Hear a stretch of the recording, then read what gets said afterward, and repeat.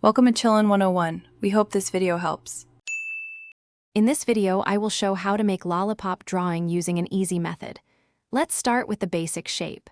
First, draw a nice, round circle for the top part of your lollipop. Then, add a straight, vertical line directly below the circle to form the stick. Make sure this stick is approximately 1/3 the height of your circle to keep the proportions just right. This simple foundation is key to a great drawing. Now, let's add that iconic swirl. Begin by drawing a small spiral right from the very center of your circle. Gently extend this spiral outwards, letting it fill about 2/3 of the lollipop circular area. The trick here is to keep the spacing between each line of your swirl as consistent and even as possible. This creates that classic, delicious look we all recognize and love. With the swirl in place, it's time to refine your drawing.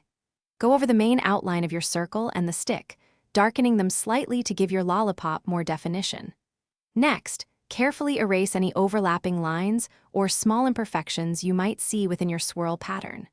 For a little extra touch, you can add a subtle, curved line at the very base of the stick to suggest a shadow, making it look more three-dimensional. Finally, let's bring your lollipop to life with some color.